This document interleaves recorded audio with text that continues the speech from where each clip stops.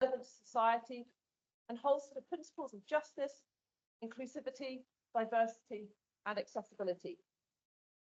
We have long been dedicated to nurturing not only academic excellence, but also the development of individuals who are socially conscious, ethically grounded, and committed to making a positive impact in their communities. I think it's for that reason that I'm particularly excited that we are hosting, along with our Partners Active Inquiry, the launch of Julian Boal's book today, Theatre of the Oppressed and Its Time. This is a book that explores the intersection of theatre and social justice in a manner that is deeply aligned with the values and the mission of Moray House School of Education. There is a shared recognition of the importance of experiential learning, participatory approaches, and the amplification of marginalised voices in the pursuit of social change. We also share a belief in the transformative power of education, the interconnectedness of various fields of study, and the need for holistic approaches to addressing complex societal issues. Our mission is for positive change, to inspire individuals to become agents of progress in their own communities and beyond. Herein lies a direct alignment with Julian's book, and Moray House is the host of today's event. I want to welcome you all again. Thank you for joining us. Thank you for Julian for joining us and choosing Moray House for the book launch. And I hope that you all enjoy the event today. Thank you again, and I shall pass back to Stuart to get all the proceedings underway.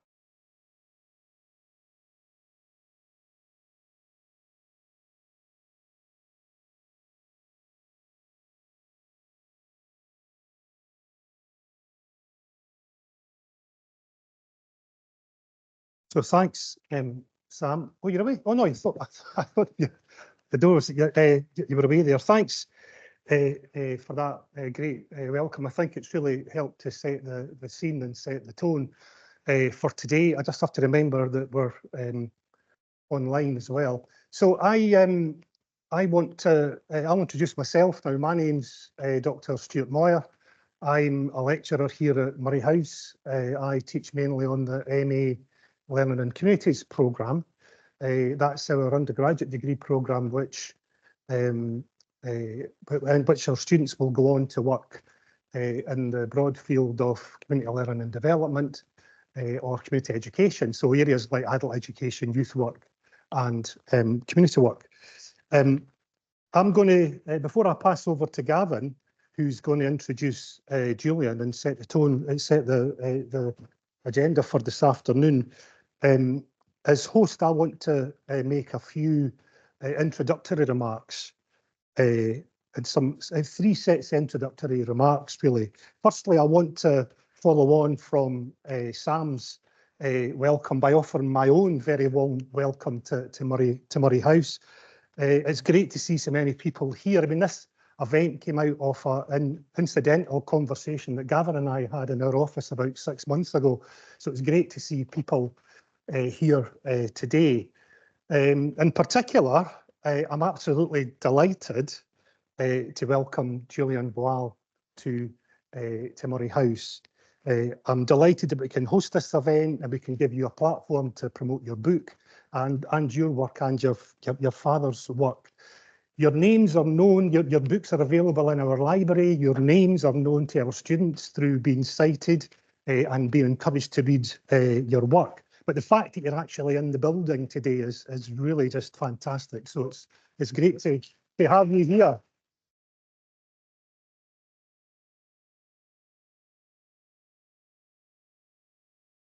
I went to see your dad, or as we say in Scotland, your old man, in a talk in Glasgow about over 20 years ago. And I have no doubt that today's session is going to be as informative and as entertaining, but as inspiring as that talk was. So I say I'm going to make a couple of introductory remarks. The second is one about housekeeping. So this is maybe the boring bit. There is no fire alarm planned for this afternoon. So if we hear one, then we have to evacuate the building as quickly as possible. And we do that by exiting through that door and 20 feet straight in front of you is the fire exit. Turn to the right if you go to the fire exit, but assemble on Holyrood Road. The toilets are back down to the foyer, so that's again out the door, turn to your left, immediately up the steps and follow the corridor all the way down to the entry foyer. And just to note that the session is now being recorded and we're going to make that publicly available to people. I think we're going to host it on Active Inquiry's YouTube channel, and we'll send out links to that. Third and last, I want to, as someone who's involved in the professional field of community learning and development, now it's important to note, I think, that this session came out of, as I said, a relationship that community learning and development has with Active Inquiry, a theatre organisation that uses Boal's work to work with people and communities.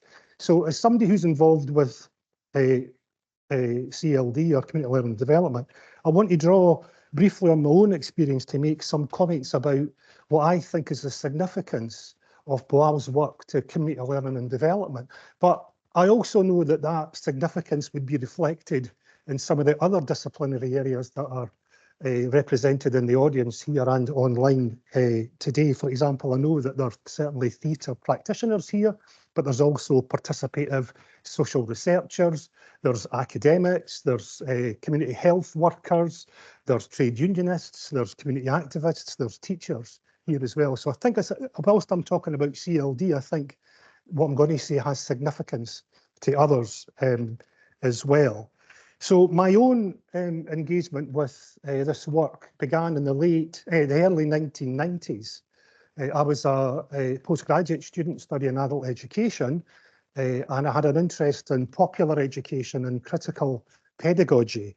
And I discovered Boal and Theatre of the Oppressed through the work of Paulo Freire. And of course, Paulo Freire has certainly a significant influence on the field of adult and community education, but it's also a significant influence in the creation of Theatre of the Oppressed. And it's certainly an influence, I'm sure, in your work, Julian, certainly in your father's work.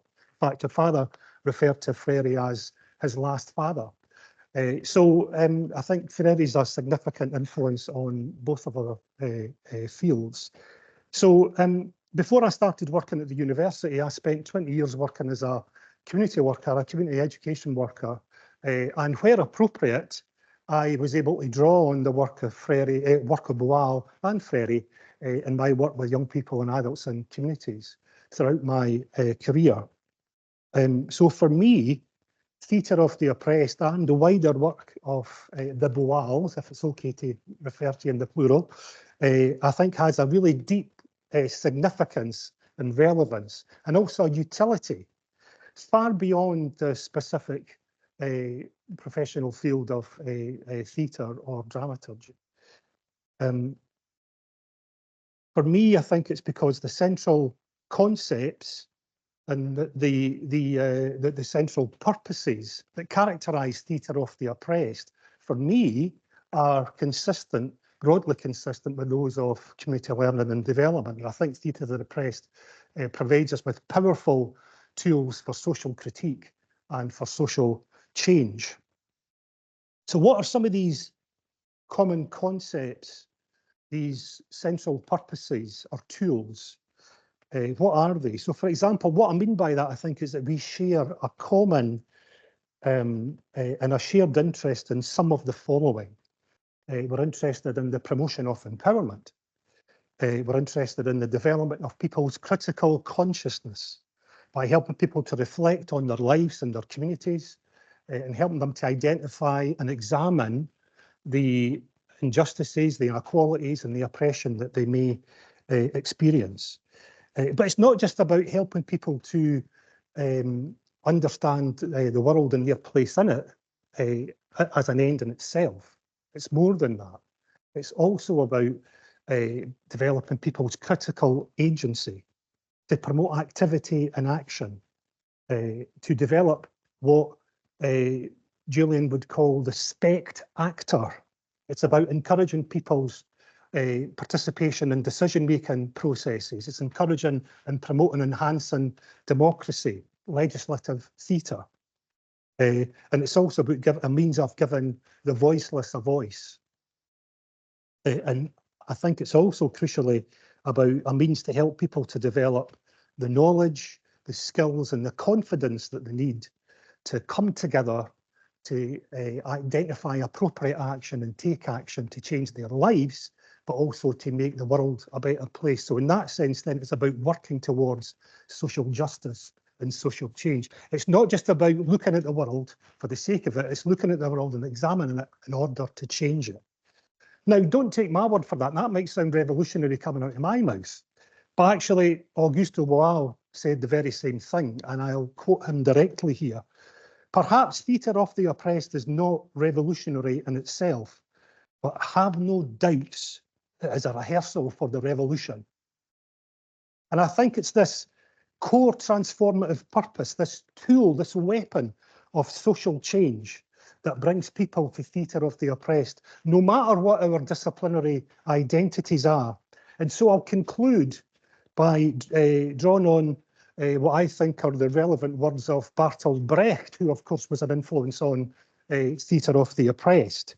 And I think it also underlines this, this focus on theatre of the oppressed being a tool for social change and social justice.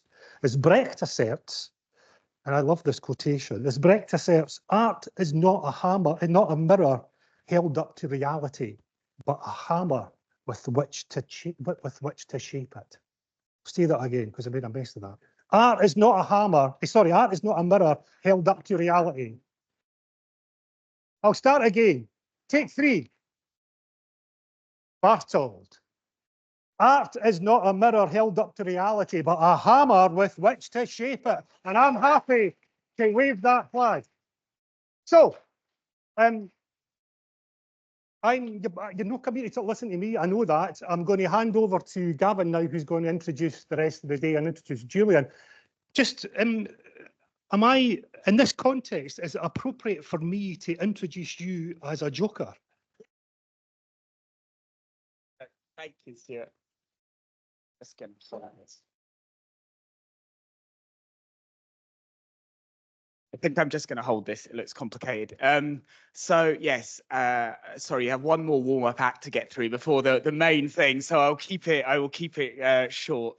I'm Gavin Crichton, and I'm the artistic director of Active Inquiry, which is a theatre company here in Edinburgh. And every year we run trainings in the theatre of the oppressed, and as well as running them ourselves, we also get people to come from across the world to share some of that knowledge. And for some reason, Gavin Crichton doesn't quite sell as many tickets as Julian Boal. But anyway, this so yes, Julian, this is the 4th time I think Julian's come to Edinburgh. And what I love about having Julian here is every time he comes, he's always thinking about the theatre of the oppressed in terms of like the time we're living in now. What are the political struggles now? You know, how do we have to develop this? And when I think of like myself and Active Inquiry as a, you know, my evolution in being with the theatre of the oppressed. You know, I remember when I first discovered it, it was about trying to get as much knowledge as possible, go to workshops, try and think about what this thing is, and then try and practice it, but always had a little bit of a niggle about doing it the right way. Am I doing it the right way? Am I doing it how it should be done? How Augusto Boal did it? How is it political enough? All of these kind of things, and thinking about the right way of doing the method. And I think over that time, as doing it, becoming more and more relaxed about thinking, well, what are we doing as Active Inquiry here in Edinburgh, and what are those questions from reality that we need to answer in our work, which will be different from across the world. And, you know, 2 projects I'm really excited about that we're doing at the moment is with some of my colleagues from Active Inquiry here. We're just starting a project called Interwoven, which is really exploring how we can change and think about forum theatre dramaturgy in terms of how it can look at intersectional oppression and also the climate crisis, because we were trying to do some of that, and with the tools we had, and it wasn't really working. And so we're trying to explore that a little bit more. And also, I think we are in a country which has lots of really great language about involving people in the decisions that affect their lives, about participation. It was great language about it, but pretty poor practice. And so I think we're doing a project called Drama for Democracy as well, which is about thinking how can we use theatre to really enable people to to engage in participatory democracy? You know, these are some of those questions from the reality from 21st century Scotland, and there are many more, but we're kind of grappling with a little bit. So it's great to have Julian here, who's going to talk a little bit about this, about the need to think of the theatre of the oppressed and the times that it's being practiced in. The way it's going to work is Julian's going to speak for about 40 minutes or so about his book. I've only read the free bit on the Routledge website, so I'm going to be quite excited to hear about the rest of it. And then I will chair a little question and answer session. It can be a bit more informal after that, and we can have a bit of a conversation.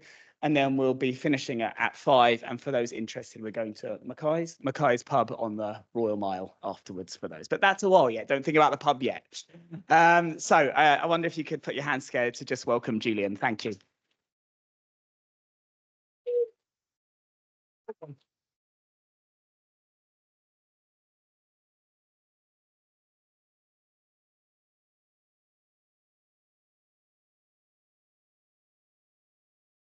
It's on, right? It's on? Yeah.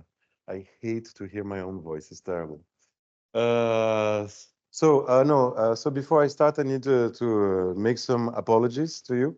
The first one is that I'm not first, how you call that?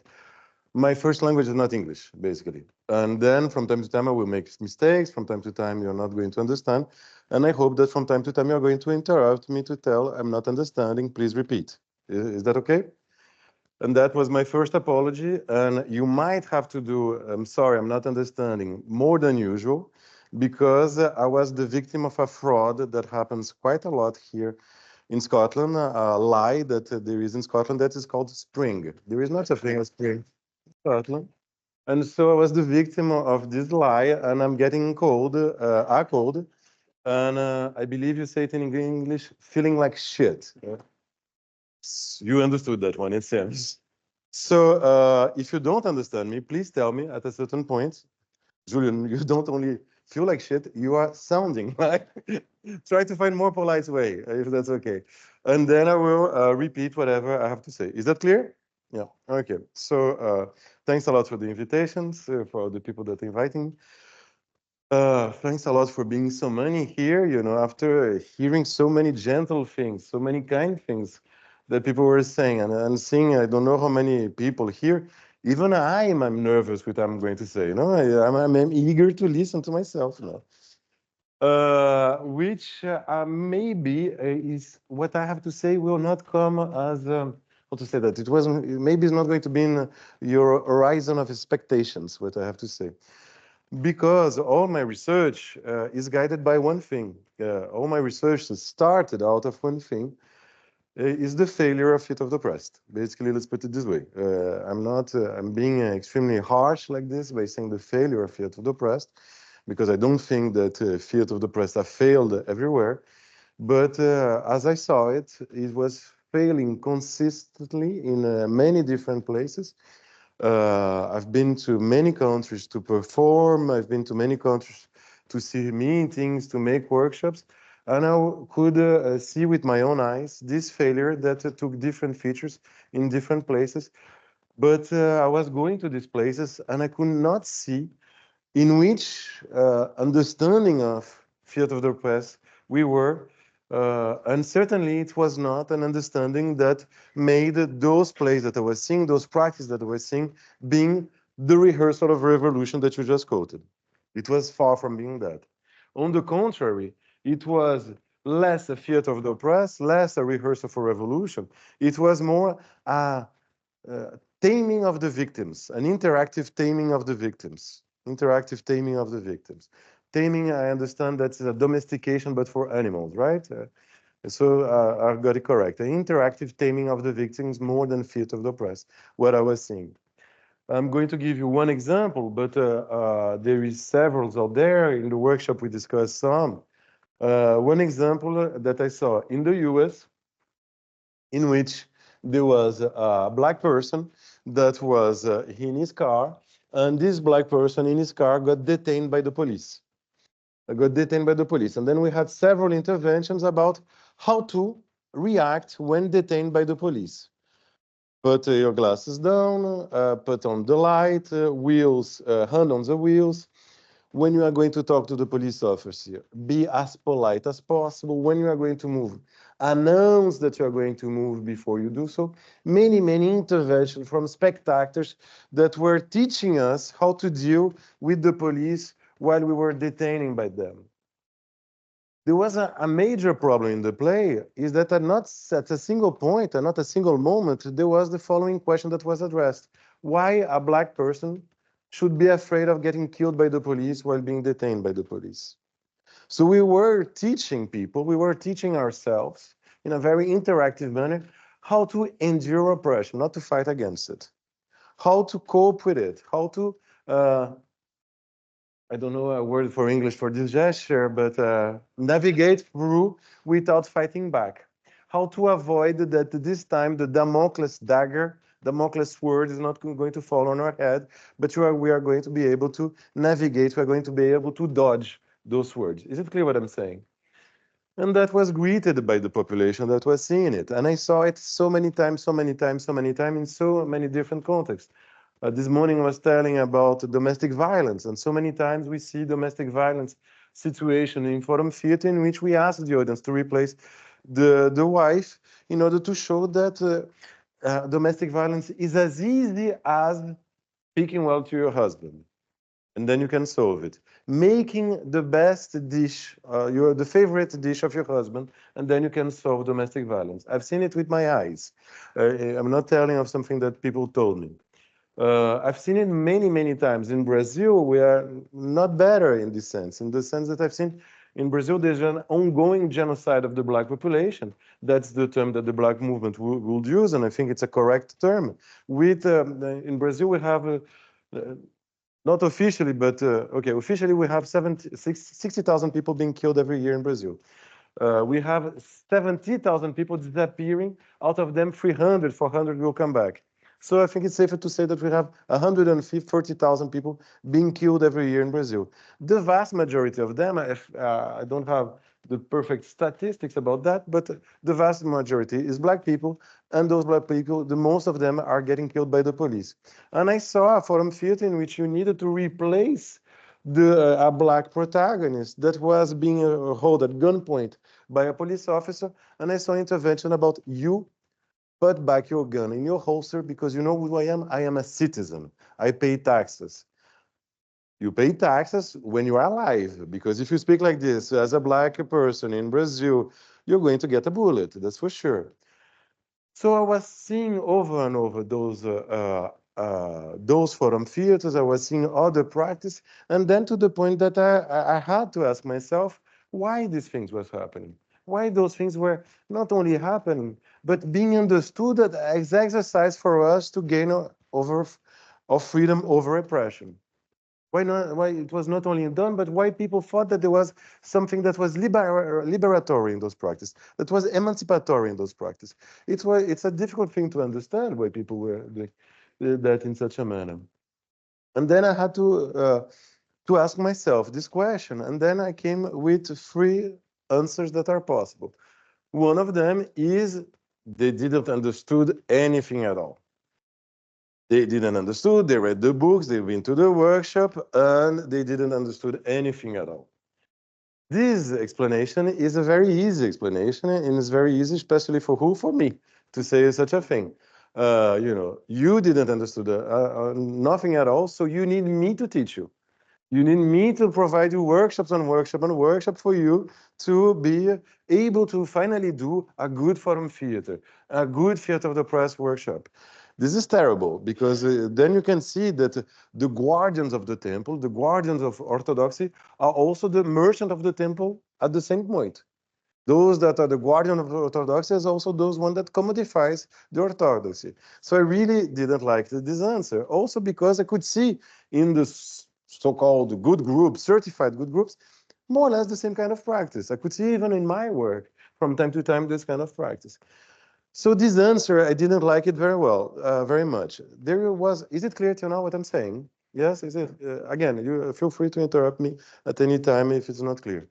The second kind of answer was, my father made so many mistakes. Theater of the press as a whole is a mistake and should be thrown to the bin.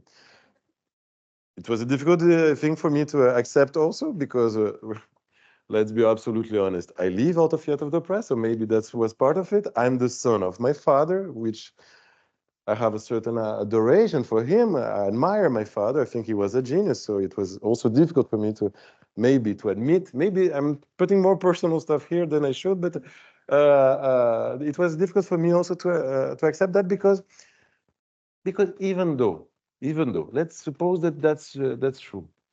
What are we supposed to do with all the Theatre of Press practitioners in the world? Say, stop. Go back to your house. Stop working with your communities. Stop trying to do what you are doing. I think that it would be a shame to do such a thing because there is a world of the Theatre of the Press out there. There is so many practitioners out there. So what do I have to tell you? You've been lied to. Go back to your house. Do no more political action. You understand what I'm saying? So even if that answer was true, still I think that it would be an incomplete answer. Then there was an answer that I thought that was more appropriate, is to think about the times of Theatre of the Press. Why my father did Theatre of the Press as he did, and to understand that doing the same thing nowadays would necessarily produce something different that it was intended to produce 50 years ago. Is it clear what I'm saying? To repeat exactly the same thing would achieve a different thing. Just, you know, I don't know, I've been maybe misled by the fact that I was presented to a comrade in the beginning of the talk, as soon as I arrived here. There is a lot of talk about in the communist sphere, in the Marxist sphere, if the Bolshevik party is a good model of a party. I think it's a very good one when you are in Russia. When you're in Russia by 1905, it doesn't mean necessarily that nowadays it's going to work the same way. Is a hammer a good tool? Very good when you have nails. But it doesn't work when you have another kind of situation. Is it clear what I'm saying? Yeah. So yes, so first coming out, I'm a Marxist. Second coming out, I don't believe that Bolshevik parties are great for today. I don't think it's the way that we should try to organize ourselves. I have a lot of respect for the people that do, but I don't agree with. So it was invented for a time, and this time has completely changed. This time has completely changed. And I liked this explanation better because it deals with something that is obvious, but we political theater people don't deal with that often. Is that what is political is not something in itself. Is this something in relationship to a wider context? In relationship to a wider context. Recently, we had the 1st of May. I don't know if you celebrate that this in Scotland. You do. Good for you. The 1st of May, there is a political slogan that we use quite a lot. Workers of the world, unite. No, you are familiar with this. And it's a beautiful slogan. It's a beautiful political slogan. Workers of the world, unite. At the same time, even this beautiful political slogan was used in anti-political manners or conservative manners. In Italy, by the 70s, it was used by the Stalinist Communist Party in order to cool down the workers that were getting more and more excited, let's put it this way, that were wanting to go to strikes more and more, that wanted to expropriate supermarkets more and more. There's a beautiful play by Dario Fo about that. They wanted to take direct action more and more. And the Italian Communist Party was saying, workers, unite. Unity of the working class, unity of the working class, which was what that meant at that time. You need to follow the Communist Party. You cannot break the unity of the working class. Is it clear what I'm saying? So this that happened for the Italian Communist Party also is something that we can see happening in theater, when the theatrical resources, the theatrical techniques that we have, from one time to the other, change completely the meaning. Let's talk about someone that is very famous in the theatrical studies. I don't know how many of you do that, and it's really not a shame not doing it. It's actually good for your health not to study theater. So it's a guy that's named Richard Schechner. I don't know if you heard the name of Richard Schechner. Richard Schechner is a very important American scholar, North American scholar, that study performance, right? And also, what is less known about Richard Schechner is that during the 70s, he was a big, how you call that, activist of the anti-imperialist war, anti-imperialist actions. Is it clear what I'm saying? He was against the Vietnam War, basically. So what he would do as a performance, he would bring people that look Vietnamese, I don't know if they were or not Vietnamese, he would bring them to a US campus with their hands tied, with a blindfold. They were actors that were willingly doing so.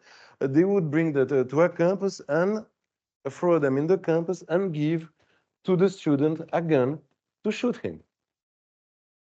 Why are you giving me a gun to shoot him? Because that's what you're doing already. You are actively killing him. So be honest with yourself. Be brave. Be courageous. Go and kill him. No, I'm not helping them. I'm not helping the army to kill them. How are you not? Have you done something for your parents not to pay taxes? So you're helping the US Army to kill those Vietnamese. Are you doing something against it? So you are helping it. You are studying what? I'm studying engineer. You know what's a US engineer right now? It's someone that's building bridge in Vietnam. You are helping them. Do something. Be brave. Take the gun and shoot him. You understand what I'm saying about the play? So imagine the level of violence that it was against those poor students that were, yes, no, but it's not like this. People shouting, people crying, people not willing, to engage in anything, and it was extremely violent against the student. Why they were doing such a performance? What was the underlying idea? The underlying idea was the following. Those students, they have a very comfortable life. It's to such a degree that this comfort is sedating them somehow. And we need to introduce some violence so they're going to wake up and become good anti-imperialist war activists. Because here, if you're in a campus, when you go out of the campus, you are going to have a job, you are going to have a dog, you are going to have a house, you're going to have a partner, you're going to have kids, you're going to have everything of the American way of life. So this sedation needs to be interrupted by a massive introduction of pain in your life, and then you are going to wake up to your reality. Is it clear what I'm saying? Still, there is a lot of violent theater. Violent theater. Maybe the biggest example of violent theater is a group from Catalonia that's called Fura del Baus, a very famous group that some years ago, I don't know what they're doing right now, but years ago, they would throw pig blood in the spectators, in the audience, to make them wake up. And they have sentence like this: we don't want to make political theater. We just want to wake up our audience that is seated like this in front of televisions. You see that my English is poor. Now I don't know what's sitting like this. And we want to wake them up. We want to wake them up because we are awake and we're going to wake them up. This extremely violent theater is still a very common thing. But do we believe right now that violence is such a rare thing in our societies that it needs to be introduced to wake up the people? I would say that is not so rare, that is not so uncommon. Let's go back to the US.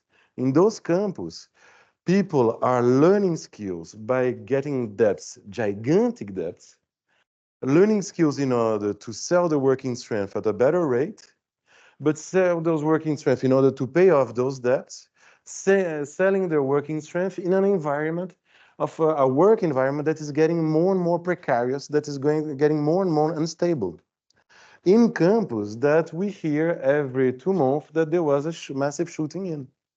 Is violence so rare right now that to introduce it, it makes people wake up? Or on the contrary, is the dominant affect in people's life right now? If we had to have to make such a simplistic choice of yes or no, I would go for is the dominant affect in most people's lives in the planet right now. Is it clear what I'm saying? I'm going to do the same thing with Brecht, and then I enter in the Theater of the Press talk. Brecht, in a nutshell, it's very simplistic what I'm going to say, but I believe it's true. We are going to show the means of property of production. We're going to show the means of production on stage so people will understand that reality is produced one. So we are not going to hide the light with a sun. We are not going to hide the actors changing their clothes. They are not going to be backstage. They are going to be on stage showing this. Why? Because when people will understand that this is a produced reality, they will try to look on the reality and look at it as not the reality, the truth, but as a reality that is being produced. And they will try to take over those means of production in order to produce another reality. Very simplistic what I'm saying, but I believe that basically is truth. Does it work the same right now? I would argue no. On the contrary, seeing the means of production is something that became quite normal. Whenever you're going to see the news, you are going to see what? You are going to see the anchor that is speaking, and on the other side, there will be 20 journalists. There will be a huge redaction room full of journalists that are working at the same time. And he will even call the special envoyé, the special that is right now in Tel Aviv, not in Gaza, because that's the way it is. They're in Tel Aviv. Oh, and we will have more news from Tel Aviv, directly from Tel Aviv right now. I don't know about your elections days, but in Brazil, it's almost pornography of means of production what we see on the television. We have a special envoyé every 5 minutes. We have machines. We have screenings that appear in the middle of the air. They show off the means of production at every single moment. It's almost obscene to the point that they are showing the means of production. But it's no longer mean to criticize what has been said. On the contrary, it's a way to assert what has been said. This might be true. This must be true because see how much means of production they put on it. And let's be honest, we also do the same thing. I don't know how many people here saw Avatar. I went to see Avatar. Yeah, I'm not asking, but I went to see Avatar. And the second, I have a small kid, so I have an excuse. So, no, it was for him. Why do you go to see Avatar? Those who did. It's not for the story. The story is quite terrible, quite terrible. You go because never before you saw special effects like this. Never before you saw means of production like this. There is an amazing actor that comes from the South. His name is Benedict Cumberbatch. Well, this one. Have you seen him on YouTube playing the dragon, performing the dragon? He performs extremely well. This performance of the dragon was in a DVD. For those that remember DVDs, what was the main attract of getting a DVD? It was the special bonus. And what was the special bonus? Most of the time it was seeing the means of production, like Benedict Cumberbatch performing the dragon performing the dragon in the television. I don't know if you've seen it, but I read this news 2 days ago. You know Planet of the Apes? Planet of the Apes? Yeah. So there will be 2 versions actually of Planet of the Apes. There will be the regular version, and then there's going to be the raw version in which we are going to see André Serkis without all the special effects acting as the ape that is performing the other one. 2 versions will be released. The means of production are no longer a way to criticize what it says. On the contrary, it's participate in the fetish of the commodity of the art. In many circumstances, maybe not in all. It participates in our glorification of cultural industry. Is it clear what I'm saying? So now I'm going to take that back home I think I have something like 15 minutes, it's going to be okay. How does that apply to Theatre of the Oppressed? How does that apply? In many ways, those that are familiar with, I'm going to speak a little bit about one thing and then more about another thing. I think that my father was a genius, as I said before, previously. And why he was a genius, at a certain point at least, is when he invented Theatre of the Oppressed, he made in such a way that he transformed what was emancipation hypothesis of the left into theatrical practice. Emancipation hypothesis of the left into theatrical practice. Most of you have heard about the idea of my father against the mechanization, that everybody could be mechanized, against the idea that only actors could go on stage. When he was saying things like everyone can do theater, even the actors, he was in dialogue. You didn't know that sentence. So my father had this very famous quotation, everyone can do theater, even the actors. And when he was saying that, for me, he was clearly in dialogue with a certain thinker, that's his name is Karl Marx. Karl Marx that was against the social division of labor, against the idea that you have to only work, to only exert one function in society.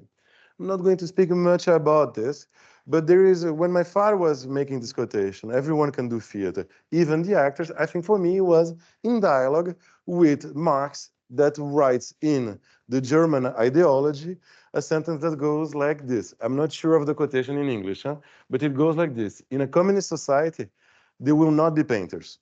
There will be only individuals that, among other things, do paint. In a communist society, there is not going to be any shepherd, any intellectual, any fisherman. There will be people that at the morning will be shepherd, afternoon will be fishermen, and the night will be intellectuals. It's not like this, the perfect quotation, but the general meaning is there. So my father was in dialogue with that. But what about social division of labor today? Do we have the same relationship with the social division of labor today? I would say that in Rio we don't. I think that we don't. When you enter in the car of a Uber driver, you never enter in the car of a Uber driver. You enter in the car of a hairstylist that is also a Uber driver, of a janitor that is also a Uber driver, of a lawyer that is also a Uber driver. There is not such a thing as the category, closed category of Uber driver. In Brazil, something like 6 years, no, even more now, 10 years ago, there was a big strikes of the teachers, and what they were claiming, we want our speciality to be respected, because what wanted the governor was to make in such a way that you are a teacher of physical education, you can teach mathematics. You are a teacher of mathematics, you can teach Portuguese. You are a teacher of Portuguese, you can teach history. And they were trying to defend their specialization against a pervert manner of abolishing the social division of labor. Who said that there was a pervert abolition of the social division of labor was a French philosopher, activist, artist. His name was Guy Debord. Guy Debord is the main name of the situationist movement. And he said something like, if people knew how much it take to become a lawyer, how much it take to become, I think he used the lawyer and another profession that I'm not remembering right now. They would see that right now we are living the times of a pervert abolition of the social division of labor. Many of us now are doing tasks that it would not be possible for us to do 30 years ago. When we are calling any tech center, we are doing the work that used to be done by technicians. When we go to a fast food, we are doing the work of what a waiter would do. We are living to conditions right now that allow for certain works, I'm not doing all of them, but this pervert abolition of labor, of the social division of labor. I'm going to move on to another one that I'm going to develop a little bit more, and then I'm going to close my talk. There was another hypothesis of emancipation of the left. This one was not Marxist, but was very strong in Latin America. It was the hypothesis of the emancipation in what? In emancipatory hypothesis in,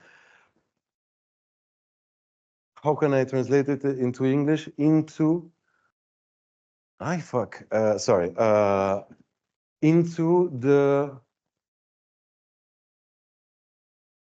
into the individualistic, individual, heroic action, individual heroical action, owing to the hero action as a whole. Let's put it just like this, the heroical action.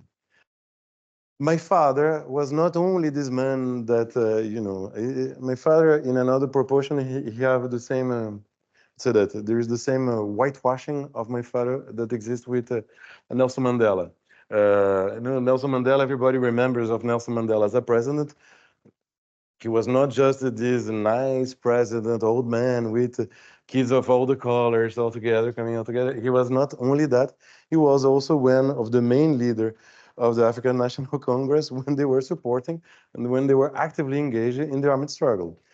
And my father also is not only this person that made so beautiful quotation in order to, we cannot be the citizen is not the one that lives in society, is the one that changed society. All those nice quotations are true. He said that, and I think there is a truth to it. But he also was during his, actually he was not that young, he was something like 40, 50. He was an active supporter of the struggle army, the armed struggle back in Brazil. He thought that in order to end the dictatorship in Brazil, to bring a superior form of democracy in Brazil, the armed struggle was a good option. And he was in an organization that was called ALN, Aliança de Liberação Nacional, National Liberation Alliance, that was led by Carlos Marighella. And Carlos Marighella was a man that back in Brazil created this motto for the National Liberation Alliance that was the following: the one that gives the first shot drags the people. The ones that gives the first shot drags the people. What's the idea behind this sentence? The one that gives the first shot drags the people. The idea that's there is the idea that we need to make radical action of refusal that are going to be massive, that are going to be spectacular, so the people looking at those radical action of refusal will see that they are possible, and by seeing that they are possible, they will get on board. They will be dragged by the people that are doing those actions, and the army that we need in order to end the dictatorship will be created by people following the example of a vanguard group. Is it clear what I'm saying? The one that gives the first shot drags the people. Just to tell you, my father was a member of the National Liberation Alliance. He didn't give any shots to people, just to be sure. He didn't took part in any armed action, but he took part in other kinds of actions that were important. But for them, what was the most important was those action of refusal that would be considered spectacular by the people that would then join. Is it clear what I'm saying? So, this is a forum theater. This is a forum theater. A forum theater is a space, when you read the text of my father, is a space for you to be able to perform radical action of refusal. And it's one of the audience that does it for the other members of the audience, think that it's possible to do, and being inspired by this, and then reproducing it. Is a way to organize the courage by the display of radical action of refusal that can go even to violence, even in forum theater, of the representation of violence, even in forum theater. And that was the mindset.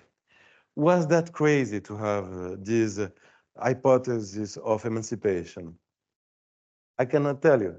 I cannot tell you. At this moment, let's remember that armed struggles were a big thing, and not only in Brazil. They were a big thing in Latin America, but not only in Latin America. All the anti-colonial struggles were armed struggles. So that was a big thing that was happening all over the world. And let's remember that there was Cuba in '59, and let's remember the impact of Cuba to the whole of Latin America, in which Cuba was telling, we are not the backyard of Europe. There's no need for a revolution to start before in Europe or before in the US for us to take revolutionary action. So it was putting Latin America in the forefront of the revolutionary movement. When my father started doing a theater of the oppressed, it was by 71, 72, and if my memory is correct, Che Guevara was killed in 67.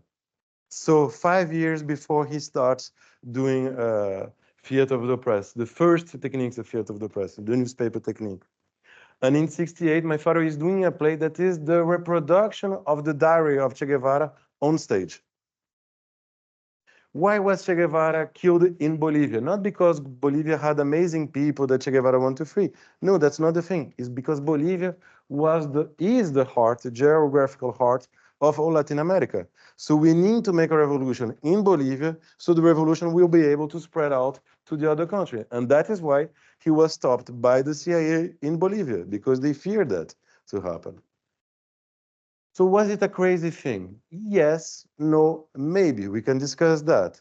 But what is for sure is that what does it produce to reproduce this technique in the times of today when, unfortunately, there is no revolutionary horizon for the moment, at least? I think we can agree on that. What does it produce to reproduce this technique in a non-revolutionary time? And I would say, maybe I'm too based in the Brazilian life, that it produces exactly the opposite. Right now in Brazil, it's a popular way of saying, people's way of saying that if I say of someone, that person is a warrior, that person is a hero, what does that mean?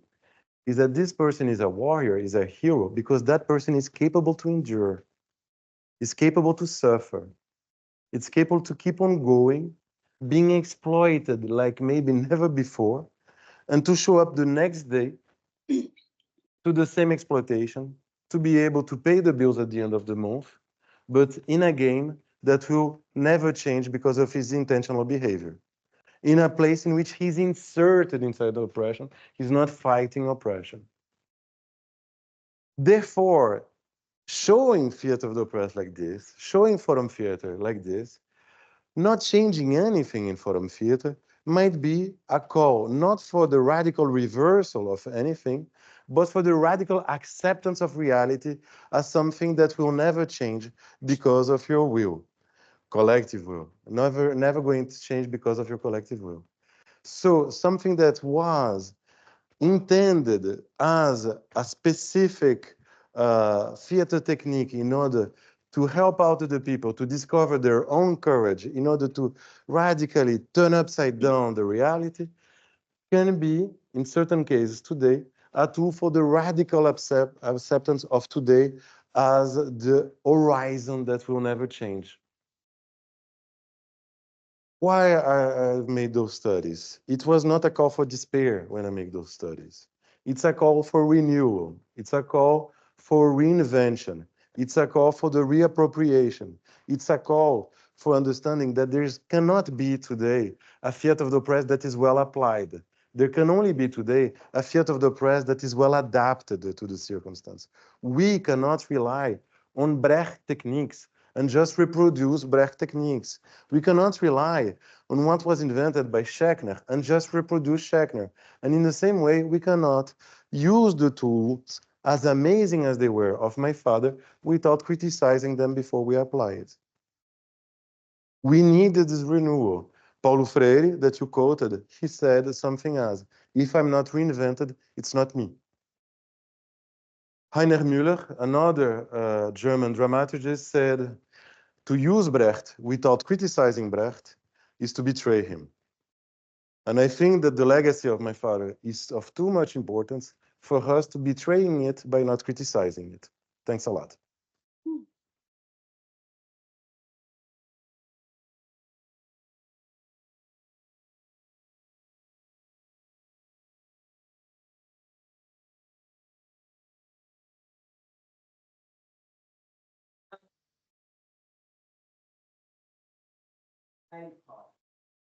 Apologies. We now come on to the Q&A part of this, but I think that was a lot of information for someone who says his English is not very good. There's a lot of words per minute that come out of that mouth. So I think what might be quite good is just for maybe 3 or 4 minutes, you can have a quick chat with the 2 or 3 people next to you. Like what stuck with that for you? What questions do you have? just a chance for a little reflection with another person or couple of people. And then we'll come back and think about any comments or questions that we want for Julian. Okay, off you go. 3 or 4 minutes just in your pants. My voice is going.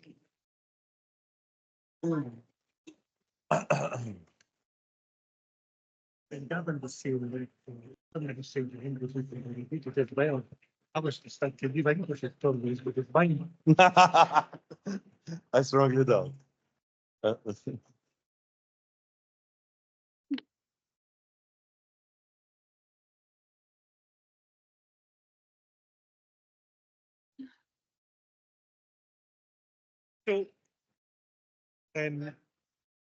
I was only one on a question. I don't have a book, because how fucking got on the team.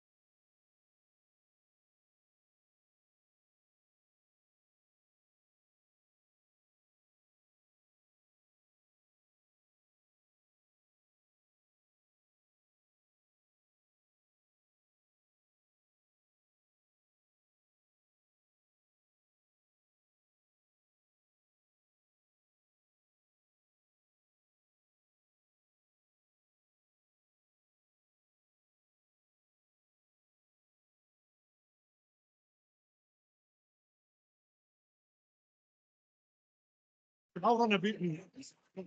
Okay, everyone, if I could just, hello. Very excited. Thank you. Thank you. I can't shout. Thank you for the whistle. Appreciated. Very excited, animated conversations there. I was letting them go on slightly longer because Julian was getting more and more nervous and the sweat was beginning to build on his forehead. Just like to put him in an awkward position. Yeah, so we will do a little bit of a kind of Q&A if you want to make any comments. just, we've only got this microphone, and it would be great if you, when you are asking a question, if you could speak in the mic, one, so you're heard, and two, so that it can be heard online and for the recording. So me and Stuart will run up and down the stairs with it. So if you could wait, that would be great. Okay, I'm running. Stuart's just said I'm running. He's sitting down. So there we go. Okay, so let's just, if you have a question, I'll try and kind of keep a good look on the room. But please, if I miss someone, please let me know. Somebody want to kick us off? Go for it. Who wants to be the first? I'm coming down here, then I'll come over here. You talked a lot about how theatre of the press needs to evolve and adapt, and I really liked that. And I was just wondering if you could talk a bit more about the practical aspects of it evolving for today. One by one, I You want to answer. do more questions? Two or three? Yeah, no worries. Okay, we have another one here. Thanks. We mentioned Avatar, but we were thinking about the Matrix. And I was just wondering whether you think there's a point where things will break, where we'll get to a point where, you know, it's saturation or the tension is such that things will break. So. And the third one, maybe? So yeah, one over here. Oh, freeze, okay. Thank you. This kind of underpins those two questions. I think it ties in. The question that myself and my neighbour was asking me, was that because we can see these previous versions of our attempts to make change, the creative attempts to make change, and we can see them clearly, and the temptation, as you say, is to admire them and say, oh, that's what we should be doing. But how do we manage to see what the energy is now? How do we get enough perspective on what we are among now to understand what our task is? You know, do we just tap into anger, or do we, you know, is it, you I think, get the question I'm asking generally. Okay. Anyway. So I will switch a little bit the order that I'm going to answer. So it's going to be 2, 3, and 1. Is that okay? Is the Matrix gonna break? I hope that the franchise will, because the films are terrible right now. But then, if the world in which we live, will it break? That's for sure. That's for sure. Quoting Brecht, yet another time, is because things are the way they are, that things will no longer be the way they are. We live in such contradictory world that we do know that this world will not stay forever. We don't know what's the world to come next. That is our anguish. That's why many of us do feel anguish, because we don't know what's coming next. But we do know that the world as it is will not stay. This is for sure. There is 2 things, at least, that are very clear on the horizon in most of the countries. One of them is a worldwide thing, and the other one is worldwide too, but not in all the countries. The first one is the ecological catastrophe that we are heading to. I don't know how was 23, the feeling of 23 here in Scotland. In Brazil, it was terrible. The year 2023, it was terrible. There was heat like never before. And in the world, I don't know if you know about that, but there was a day that was the most, how we call that, with most heat. The warmest day ever in the story of humanity.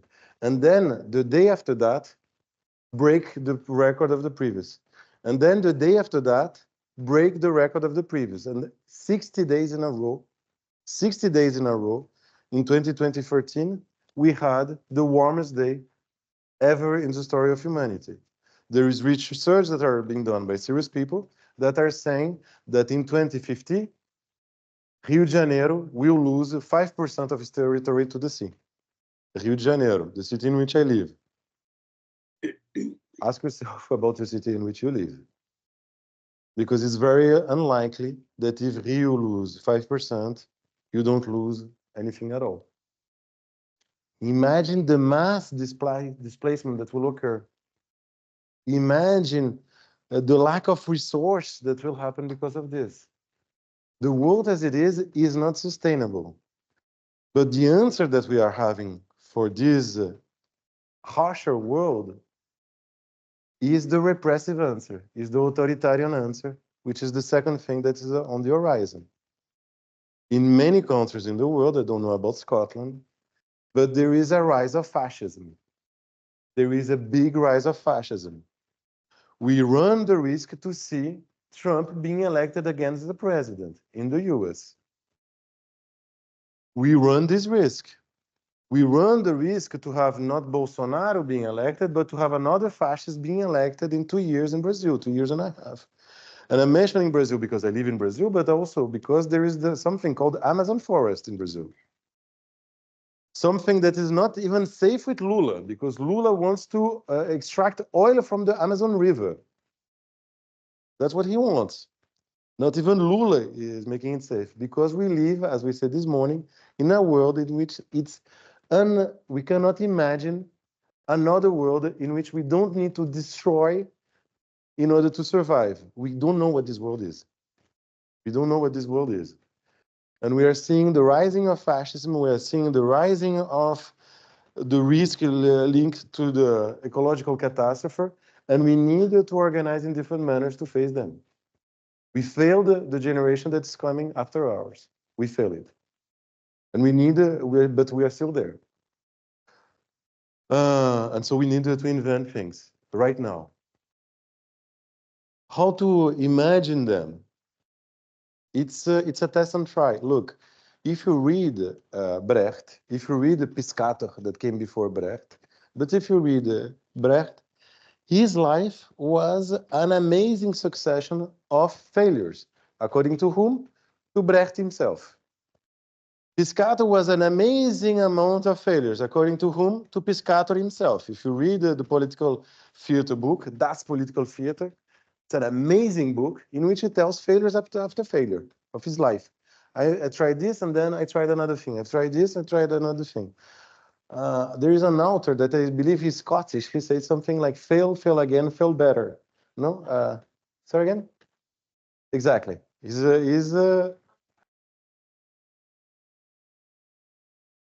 I knew that I was getting in trouble. I just knew. So sorry. Yeah. He should have been Scott. He's so wonderful. Does it work or it sounds demagogical? Yeah. Anyway, so fail, fail again, fail better. There is a Palestinian author, a Palestinian filmmaker that in one of his movies, is a movie called Jenin, Jenin, he said, we are condemned to optimism. We are condemned to optimism. We are condemned to be optimistic. It's true on one hand, we are condemned to be optimistic because otherwise there is no escape. At the same time, we are condemned to not fall in love with each other. Oh, it's amazing what I'm doing here. It's amazing what we are doing there. Because otherwise, if it's amazing what I'm doing in my neighborhood, it's amazing what I'm doing in my apartment, it's amazing this and that, we're sure that this world is going to doom. Is it sure? Is it clear what I'm saying? So we need to walk with those two heads, two legs, be condemned to optimism, but being condemned also to self-criticize yourself all the time, to be self-critical of yourself all the time. This is what we try to do in the People's Theatre School, to make in such a way that the critique of ourselves, it's always a way of organizing people. In the People's Theatre School, that now is 7 years, but you need to understand there was 3 years of a very deep, very big pandemic in Brazil. You have an understanding of that, I guess. I'm not going to talk more about that. So it's more like we have 4 years, been 2 years that we are really multiplying only. And we have 9 groups in different territories. All those groups are in alliance with different social movements, housing, socialist house, pre-test schools in order to get to university. So people's education movement, collective kitchen. My grassroots work is in a collective kitchen that's also host pregnant women circles so they can talk to each other about the issues they face as pregnant, most of the time teenagers, access to the health resources, relationship with the partner, relationship with the family. So the kitchen does other kinds of activities. And what we do as a theater practice is we try to make forum theaters. When we try to do forum theater, we have a very broad definition of theater of the press. Theater of the press is to use the most critical techniques of theater that we have at hand in order to try to organize the oppressed. It's not the techniques that were invented by Augusto Boal. It's a broader definition of that. But we use this technique, and when we do a forum theater, as you see tomorrow, because you are part of the workshop, we don't try to make forum theater in which we confront with our bigger oppressor, because when there is this confrontation, there is also a reduction of the oppression to a one-to-one relationship. It's me with my boss, it's we with my violent partner, it's me, we meet that. But all those relationships are mediated, and in fact, they are created by the society around.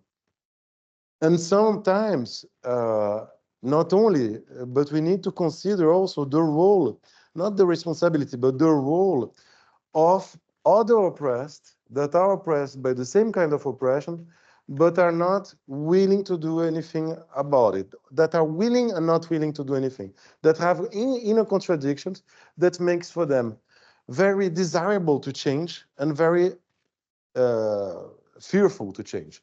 It's loaded of fear to change, it's loaded of desire for change. Workers in a factory, let's change, let's have a strike. There are loads of reasons why they want to. There is loads of reasons why they're afraid of it. I don't know the kind of problems that you have. I don't know if it's like in Ireland, like evictions are a big problem in Ireland. I don't know if it, by your look, it doesn't seem that it's such a big problem it is a big problem here.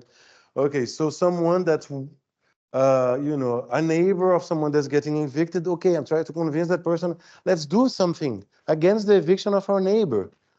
Yes, I would love to, because then if there is an action for saving that person, maybe there will be an action for saving me. But if this action fails, what's going to happen with me? How my landlord is going to react? People trying to fight against gentrification, but at the same time, they live out of tourism. People that, I don't know, whatever kind of contradiction that you can try to imagine. People I've seen, I didn't do it, but I've seen native, that's how you call it, native indigenous people from Brazil that were fighting against the police because they, the indigenous people themselves, were destroying the forest. They need to destroy the forest in order to survive. So to display those contradictions on stage and to try the alliance, to not put the person in the shoes of the big hero that's going to do something by himself, herself, but putting the shoes of the activist that's going to try, among other oppressed, to create alliance. Is this clear what I'm saying? So that would be the forum theater part of it. But then we use many different techniques in order to try to organize people that are somehow already organized in social movements with the most critical techniques of theater possible. Just one word, because maybe why to do that with activists, no? Maybe because many people that enter into social movements, they are not activists of the social movements in which they enter. By that I mean, you go to one of those pre-test schools, pre-test in order to enter the university. Why do you go there? Because you want to enter the university. You want to sell your working strength at a bigger price. You don't want to change education in Brazil. You don't want to change the working conditions in Brazil. You go there because you have a self-interest. You go into the housing movement because you want a house for yourself. And obviously, I don't have anything against that. But in order for this person to have a good life, she needs better than just entering the university, better than having a house for herself. And I believe that theater can be one of the ways in which you go from the self-interest to something wider. And that's why we work inside social movements. Is it clear what I said? Yeah. I think we have a question online. This is from Neil, and Neil's asking, and I'm quoting here, you talk about the evolution of theatre of the oppressed, but given the political turbulence, do you think we need to be evolving the work your dad did with legislative theatre too? So 2 or 3 more questions. Take a couple more from this side. Yeah, Vincent. Thank you. I'm very interested in the impact of theatre of the press. I'm wondering in the social media era, compared with other activist methods, for example, hashtag activism, Me Too movement online, social media, so people easily to shoot video, put it online, create a movement easily. So compare with those kind of new activist methods. So what's the strength or advantage of theater of press? Because as far as I understand, it's more like a traditional theater practice, right? So do you want to use any like social media or technology to create more impact? Thank you. One more, yeah, and then. No, I appreciate the way you're describing theatre of the oppressed and education and so on as being ways of adapting to a destructive system as much as being a way of possibly changing it. I'm wary if you're talking about kind of the rise of fascism as if there isn't a force at work within the context of which that's rising. Like it sounds almost like it arises from human nature rather than there's a set of conditions and a system at work, which means some people are benefiting hugely and others aren't. And I guess I'm just in the political aspect of what you're describing here, that connectedness between people in terms of actually not just identifying a situation which they then have to adapt to, but actually identifying how we can create something very different. Because there are many other cultures in the world acting in many other ways. A little bit slower. I'm so sorry. So sorry. Lower, did you understand? Or you want him to repeat? You know what I've said in the workshop? Yes, I do. It means I'm lying. You want him to repeat? Yes, can you summarize it a little bit? Just what's the political aspect of what you're doing? What are you proposing in terms of an alternative system we've got, rather than just using theatre for the oppressed or education to adapt to it? That's Okay. it, simply. The three questions are in the same realm, so thanks for that. Legislative theatre. For those that do not know about legislative theatre was invented by my father too, as a way to move away from the idea that we are going to just to have a forum theatre. We are going to talk about the issues and then we are going to leave. But it was my father that got elected as a councillor in the city of Rio. And then he would go with all the groups that he was able to create because he was a member of the council. So in Brazil, you have 20 council helpers, 20 something council helpers. That's a lot, it's huge. And then he hired 10 people that were multipliers of theater of the press. And then he was able to create something like 19 regular groups. And non-regular groups, there were something like 50. In groups in total was 50 in 4 years. So that's rather amazing. And he was able to create all this group, and those groups who were making performance that were shown. And then at the end, we entered into a moment of legislation. What would be a good legislation to not have the problems that we're facing here? I have a proposition, and then people would discuss, is it good, is it bad? And then there would be a metabolized cell of lawyers reading it and shaping it in the technical form of a law. And then people would vote. And then this one would go from a place to the other and people would vote on that. Again, I have no answer like this. What I'm interested in is the construction of people's power. Basically, what I'm interested in the self-determination of the people from a neighborhood, from a city, from a country, and themselves to determine. Can legislative theatre do that? From time to time, it can. But from time to time, it's not. I've seen it. I've seen examples of people that are using it just to, it's driven by the very institution that they're supposed to criticize with the people. And I think that it doesn't work so well because the very institution will not allow the criticism to be as radical as it might appear when the population arises. You understand what I'm saying? Might say no, but the root of the problem is elsewhere. When it comes from the institution itself, I've never done it so much. I never researched, but I have the impression that it would lead to more controlled forms of legislative theatre. And then there is things that comes from the people themselves, from the social movement themselves. And it might be more radical. So it's not, again, it's not just a question of the technique in itself, it's a question of the surrounding. The second question about why theater in the age of social media? Because social media doesn't change a thing. For first, it's too blunt to say it like this. Yes, it changed a lot of things, but to have a post that is liked by 1 million people, or to have a march that is led by 100,000, there is more strength in the march.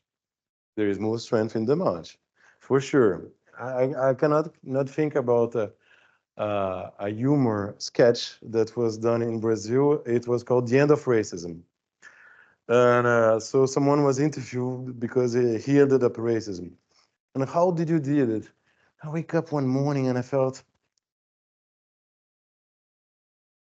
this should be over by now.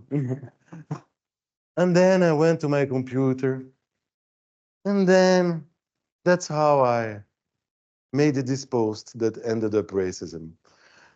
And then he tells, about the effect online and how people were reproducing, and he really understood that racism was going to get over when even Donald Trump retweeted him or something like this. And then at the end, well, thanks a lot for this. It's a white man that is talking, and thanks a lot. And what are your plans for next week? I'm thinking ending patriarchy would be nice. So it's really funny because also it exaggerates the assumption that only talking about certain things is enough to make them stop. Look, in France, you have a very funny thing that is happening now. During the pandemic, I went to France for a year, run away from Brazil because it was really bad over there. And I had the opportunity to go, and even the people, younger people from the People's Theatre School were telling me, no, you're not going to the march, no, you're not leaving your house. So I went to France.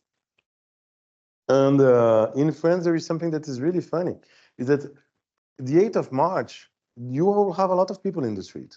You will have a lot of people. And people that do, whenever I talk about March, this is going to happen. Just asking. The 8th of March, you will have tons of people in the street. And people that comes with, anti-criminalization of the sex workers. With political lines that are very, enlightened, let's put it this way. It's not a good word, but that are very progressive and everything. But you don't have any organization during the year. Any organization. So how to make the real work, how to sustain and not to have a celebration once in a year is the organization that does it. Is the organization, is meeting, is confronting, meeting with other people that you will never meet. Is the organization the space of doing it? When you take a pizza and you slice it to many, many times, at the end of the day, you have pizza, a very tiny pizza. You take monologue, you slice it in many, many different parts. At the end of the day, you have monologue. In order to change, you need to engage with people that are different than you and engage in real dialogues. So you change, the other may change, the organization might change, and the society might change at the end of the day. But only by social media, I think it's giving too much power to something that I don't think it have that much power at the end. For spreading out a word, for igniting things, maybe. But for the real work is still on the ground. It's still on the ground. And your question that I completely understood. So what's the politics in it? What's the politics in it? Yesterday I was in a pub. I was in a pub yesterday with Gavin, and that's not the reason why I'm sick at all today. And in this pub, there was a huge television that was turned off. And there were people bringing their guitar, and one were playing to the other, with the support of the other, reappropriating themselves of any culture, of anything that they thought that was good for them to sing. So there were a traditional Scottish song, there were black music from the 70s, there were Hungarian songs being sung, and everybody was supportive of the other. And there was no audience, there was no performer. One could become the other at any point. They were supporting each other by clapping at the end, by also making the chorus of the others in a very tuned manner. And they were saying all the time, we are not only workers. We are workers and we are something else. We are workers and we are singers and we are players, because they were not professionals, singers. They were saying, we are not only our functions, we are also our possibilities, and our possibilities are going to be enacted here. What I saw yesterday as a cultural performance was a sparkle of communism. That's what I saw yesterday. That's why I got so emotional. Yesterday was the 15 years of the passing away of my dad. And it was maybe one of the most beautiful because I saw a sparkle of communism in a place that I was not expecting to see. And what I tend to is to give form, cultural form to sparkles of communism. That's why I tend to. And one of those days I hoped that the fire will ignite. Very likely I will have nothing to do with that. It's not going to start because of us. But I do believe that we won't start the revolution, we, the people from the People Theatre School. But I also do believe that in Rio de Janeiro, there is no revolution without us.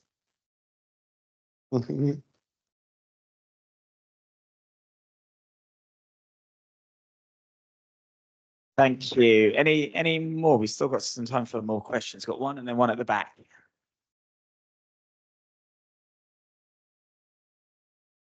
Yes, and the television was out. So the symbol of the cultural industry was present and absent at the same time. Contradictions again, they make the scene more beautiful, no? Thank you, Julian. It's amazing. I was really interested in this kind of idea of the politics of impossibility and social imagination.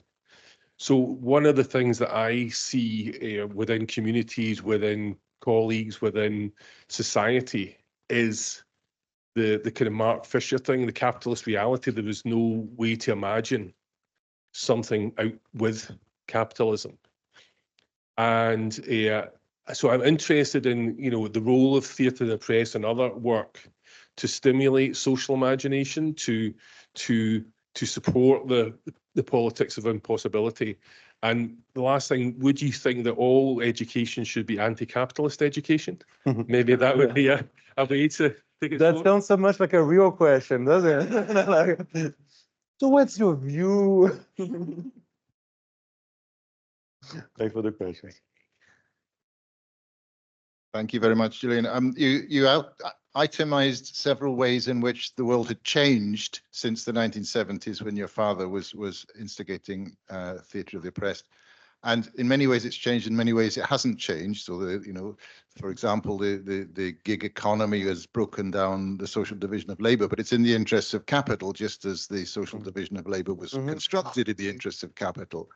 So the question is, does Theatre of the Oppressed have anything to say about analysing the oppressors? Because the oppressors are a social movement as well. They adapt to the times. They find ways of overcoming forces of resistance and changing their mechanisms. And I'm sure that you wouldn't want a theatre of the oppressors, but is there a theatre that will help us to analyse the games that the oppressors are playing and find new ways to challenge it?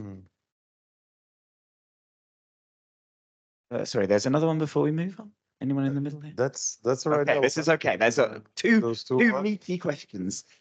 Yeah. So your first question was, how did you name politics of possibility? Impossibility. No, look.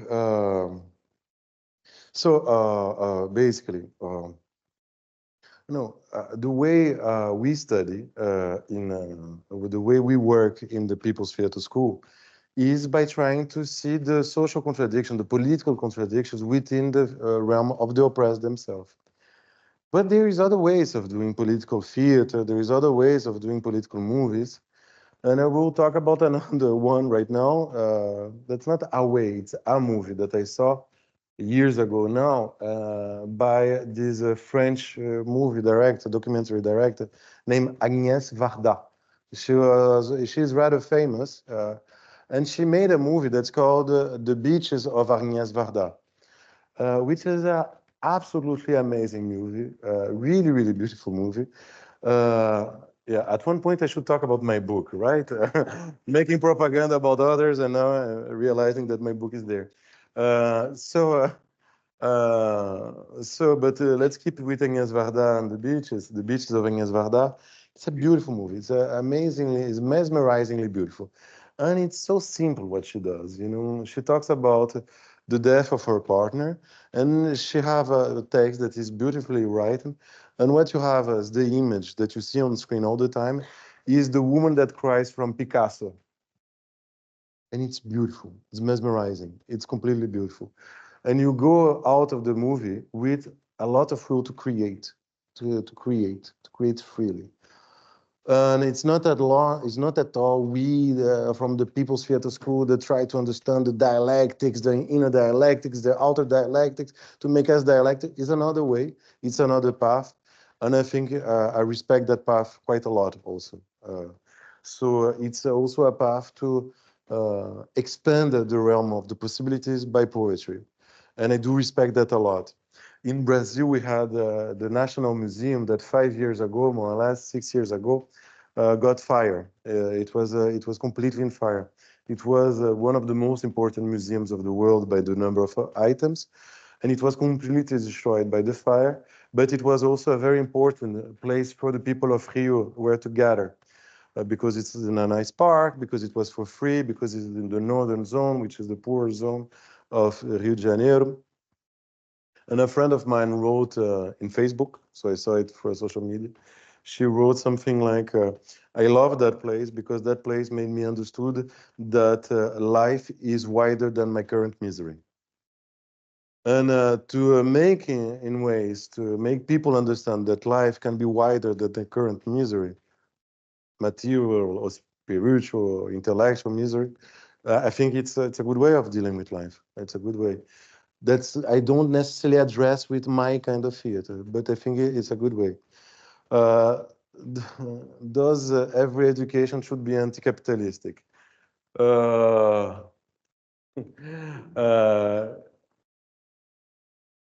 would say that maybe I'm too idealistic on this one, but I would say that really too idealistic and too romantic on this answer, very likely.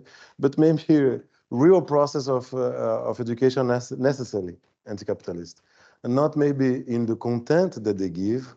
Their surplus value is taken in the number of SAR, not about that, but about the method. The method in which you are not led by the social division of labor, in which there is one that is the absolute knowledge confront the absolute lake of knowledge. Yeah, so there is not the social division of the knowledge that also incurs other social divisions in between the people. The method in which you recognize the autonomy of the others as thinkers, as searchers. Maybe any real process of education have necessarily anti-capitalist component, in which is not led by the valorization of the value. How can we make process in such a way that the people will learn as fast as they can, which is a reproduction in the realm of education of the general law that rules us, which is of the valorization of the value. All those things, when not transposed into education, can lead to anti-capitalist process, maybe more than anti-capitalist content. But I think that the process also have a meaning in itself. And then your question about, do we have a thing to say about the oppressor? To the oppressor, you can imagine already what we have to say. But to the oppressor, about the oppressors, what we have to say about the oppressors, and it's something that we were talking about this morning in the Theatre of the Oppressed workshop, is that we need to be careful in the depiction of the oppressor, because there is certain depiction of the oppressor that will lead to the very dangerous idea that oppression is done or not done by the free will of the oppressor. And we need to understand in which systems oppressors are caught up in such a way that there is no other relationship than the oppression. We need to understand that oppression basically is not an accident in our society, but is the very center of the society. And therefore, there is not a good use of certain powers. It's an impossibility to have a good occupation of Palestinian territory. It's an impossibility. There is not such a thing. There's not, there can be capitalists that do a lot of charity, but it's impossible to be a good capitalist. It's impossible. Because being good or bad is a moral question, when the question is a political one that we should raise. We were talking about the example of slavery. There is no good slave master. That's not the question that we should raise, if the slave master was good or bad. The question is why there is slavery and how do we end it? So when we talk about oppressors, we talk mainly about oppression. And we try to understand that cars are not made for flying. Cars are not made for flying. States are not made for the emancipation. And capitalism is not made for the emancipation of mankind. So we... I'm feeling like a Rolling Stone here. And now I'm going to perform to your satisfaction. So, no, but in all seriousness, we try to, we don't talk that much about the oppressors. And when we talk about the oppressors, we try to talk in Brechtian manner, let's put it this way. For Brecht, there was no, the oppressors were always full of contradiction. Maybe the best example is in a Master, what's the name of the player again? Mestre Puntilla e seu criado Mate. Master Puntilla and his and Mati, and his servant Mati. Puntilla, he's the boss. He hates being a boss. It's unbearable to be a boss. So what does he do? He drinks in order to forget he's a boss. But drinking makes him a better boss. Because he's going to say to the workers, you know, come to my farm. We are going to be a family. You don't need a contract. For me, it's man-to-man, the relationship. Come to my farm. Then people go to his farm. Then the next day, when he's not drunk, you tried to use my goodwill when I was drunk in order to exploit me. You go out of my house right now. But Puntilla, you said the other day, what I said when I was drunk is not the real thing. You go out right now. So the fact of being drunk helps him out in order to be a good boss. Also, the good soul of... caralho. It's not caralho, obviously. The good soul of Sichuan. So the good soul, you see someone that receives an amount of money. A lot of poor people will go to her in order to get some money. She's pregnant. She needs to save the money. She invents that she have a cousin, Shante and Shen Tsui. Okay. So I forgot the names. I'm sorry. So she imagined that she have a cousin, and this cousin will get out with the poor people, making the people even poorer. But the original character, she have a good soul, and therefore she's going to hire those people. But she needs her fake cousin to create the poverty for having cheap workers. Even her good thing serves the bad aspect, and the bad aspect serves the good thing. Good and bad are not the terms that I should use. But, you know, her help can only be the poverification of the people, turning the people into more poor people. The charity and the exploitation are hands in hands. We try to be as good as Brecht. We don't have that much success, but we try. We've probably got time for like one or two more. There's one here and then one at the back. That would probably be us.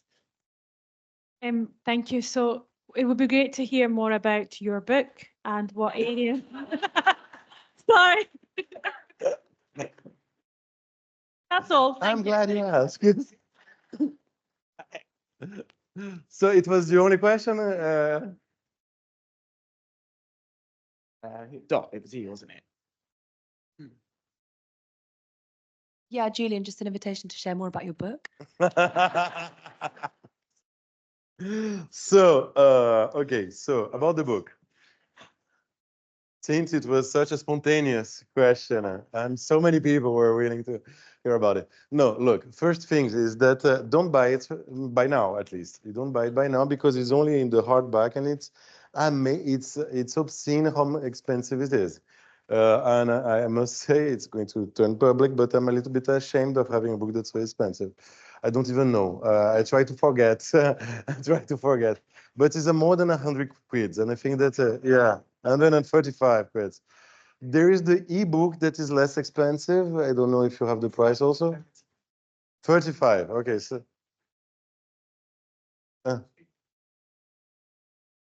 Yeah.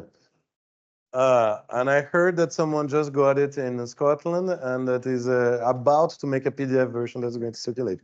No, I'm joking, Routledge. I never suggested that. But what the book is about? The book is about this research that I've done in order to try to understand why theatre of the press became maybe not the, how to say that, a weapon against oppression, but a battlefield in which different conceptions do fight. So I try to understand that, try to understand that, but there is also a part that is prior to that, is that many times my father explained the outbirth of theatre of the press a little bit like a epiphany, a religious coming down. You know, there was a moment I was like that, then I had this revelation, and then it turned into something that's completely different. And I can understand why he was doing it in order to coin stories that then would circulate as a pedagogical manner. I can fully understand. But it's not, some of them didn't happen like this. That's not a problem in itself. But if you read the Theatre of the Press carefully, you see the very large woman from Peru. It's completely different, the story as you tell in Theatre of the Press and then when you tell him Rainbow and Desire. So I'm not saying he's lying. I'm saying that he's, you know, a very fertile imagination. But it's not to denounce the lies, because again, I think it's important to coin stories that people can have in their head. And as you know, Brecht said, it's important to coin formulas, but the formulas have a dialectics of their own. They make things, concepts to be easier to circulate, but they're also, from time to time, an oversimplification. And what I try to do in my book is to show also that theatre of the press is not only this, how to say that, embodiment of hypothesis of the left into theatrical techniques. Those theatrical techniques are also by themselves, or can be read also by themselves, as a response to a very specific moment that Brazil was happening. Which moment was that? The collapse of the Brazilian Communist Party. So I try to analyze that. I try to analyze why those techniques exist in the manner in which they exist. So I give a little bit of the historical context in which they were born. I talk a little bit of how certain concepts or practice change, how we understand oppression, how we understand participation, how we understand representation, all those things. And then after, there is a moment that is the more positive moment of the book, let's put it this way, in which I offer an alternative dramaturgy to the main dramaturgy that my father created. And also I give examples of those theatre of the press that, as I say, I think that they're well adapted. And then I try to understand how this adaptation worked. And I give basically 3 examples of groups that I do know quite a lot. One of them is Jana Sanskriti in India. And then I try to explain, it's a movement. It's more than 300,000 people in a specific area of West Bengal doing theatre of the oppressed. So I explain how they adapted theatre of the oppressed to that context. I explain how Oprima here in Europe works. Oprima is a network of Portuguese and a Spanish group that and how they do work and how the meetings work, and they're fabulous. They are really amazing. And I explain also, I was very proud at that moment. I explain also how the People's Theatre School do work. And so I'm not saying repeat those moments, those examples are amazing, but I try to show how those adaptations have something meaningful to tell us today in their specific context. But again, as I was telling I forgot, Stuart, I was telling Stuart that even Lenin himself said every new revolutionary tide brings with herself the risk of turning the revolutionary organization conservatives. And by that, I mean that all those organizations, and also the People's Theatre School, we have this inner risk in ourselves, especially when we wanted to keep the sparkle of the big upside down alive. but in a moment in which these have no more light, they have no more that much space. So we always run the risk of becoming the contrary that we tried to be. So I'm not. What I'm saying is that those examples that I put out there are not models to be repeated, because maybe tomorrow we are going to become conservative again, and maybe even today there is conservative aspect that I'm not seeing in those organizations that are out there. But again, we need to walk with two legs: one of the self-criticism, but the one of the condemnation to optimism, because there is no other way than to be optimistic. The real question is, what kind of optimism should we raise? What kind of struggles do we have to take? And to go back to the legislative theater question, we have to ask self in every situation when the state is an ally and when the state is not. Just saying. Okay, so I believe there is no more questions, no? So don't buy my book. Or don't buy my book now, but if you could show your support to the People's Theatre School by buying those things, it would be grand. It would be amazing. And let's see each other next year in Free Palestine. Thanks a lot.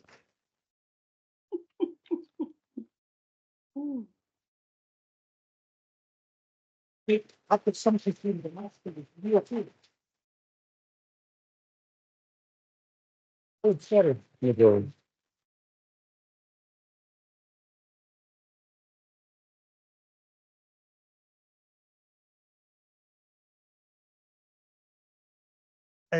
Yeah, it's There's over. an Oscar Wilde quote about it's better to be assumed a fool than to open your mouth and prove it beyond doubt. I'm struggling to say anything here really after that, but I do have one or two concluding remarks to make, and just a quick reflection that I certainly got more than I was hoping for from today. It was informative, it was entertaining, and it was inspiring. And I've certainly learned a lot, and it's been challenging for me as well. The famous Gramsci aphorism about pessimism of the intellect and optimism of the will, I think, is kind of pertinent here. And I was also thinking, as you were talking, you've mentioned Brecht a lot of times today, and I was reminded of Brecht's poem, In Praise of Dialectics, which strikes me as being very relevant. I would encourage anybody, if you've not read that poem, to Google In Praise of Dialectics and read it. I think it's a really good kind of footnote for today. I have two things I want to say. One is to thank Julian for that talk again. It's been absolutely excellent and absolutely fantastic. So thanks again to Julian.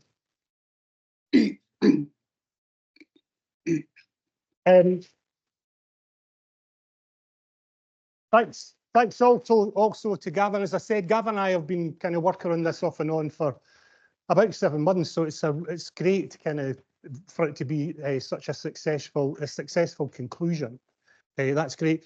I've got one other thing I want to do for Julian, but the other thanks I'd want to give is to everybody who's attended today and those online. I've just realised that they won't see me now. Hello, thank you for your attendance.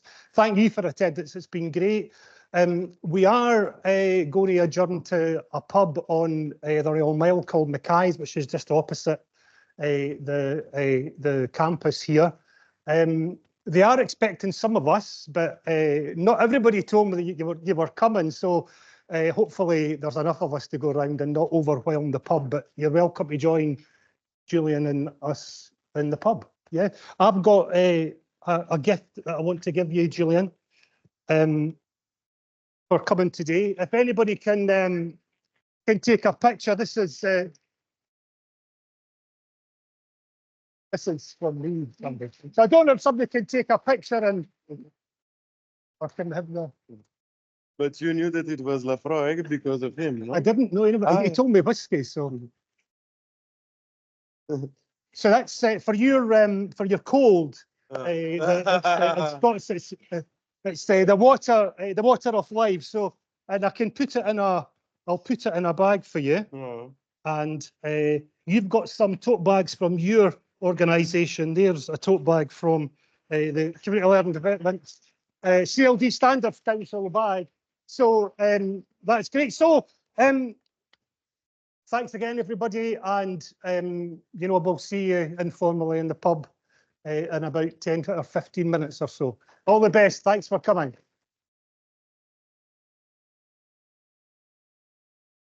What are you saying? Thanks for the tote bag. Oh, no, you're welcome. No, that's, well, I didn't want you to take any, you know, so you could carry it.